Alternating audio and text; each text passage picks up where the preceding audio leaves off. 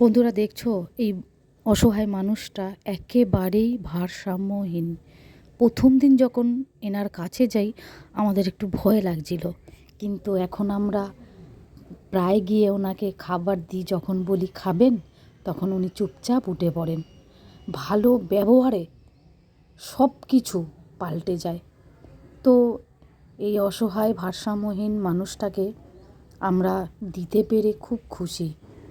আমাদের এই কাজটা উদ্দেশ্য সব মানুষদের যেন আমরা দুমুঠো করে দিতে পারি, সেই আশীর্বাদ, সেই সাপোর্ট আপনারা দয়া করে আমাদের করবেন, যাতে আমরা একটু অন্ন তুলে দিতে পারি।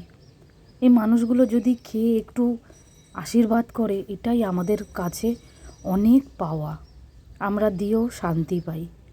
তো আজকে আমরা খিচুড়ি করেছিলাম আর একটু চচ্চড়ি পালংয়ের। তো এটাই আমরা দিচ্ছি আজকে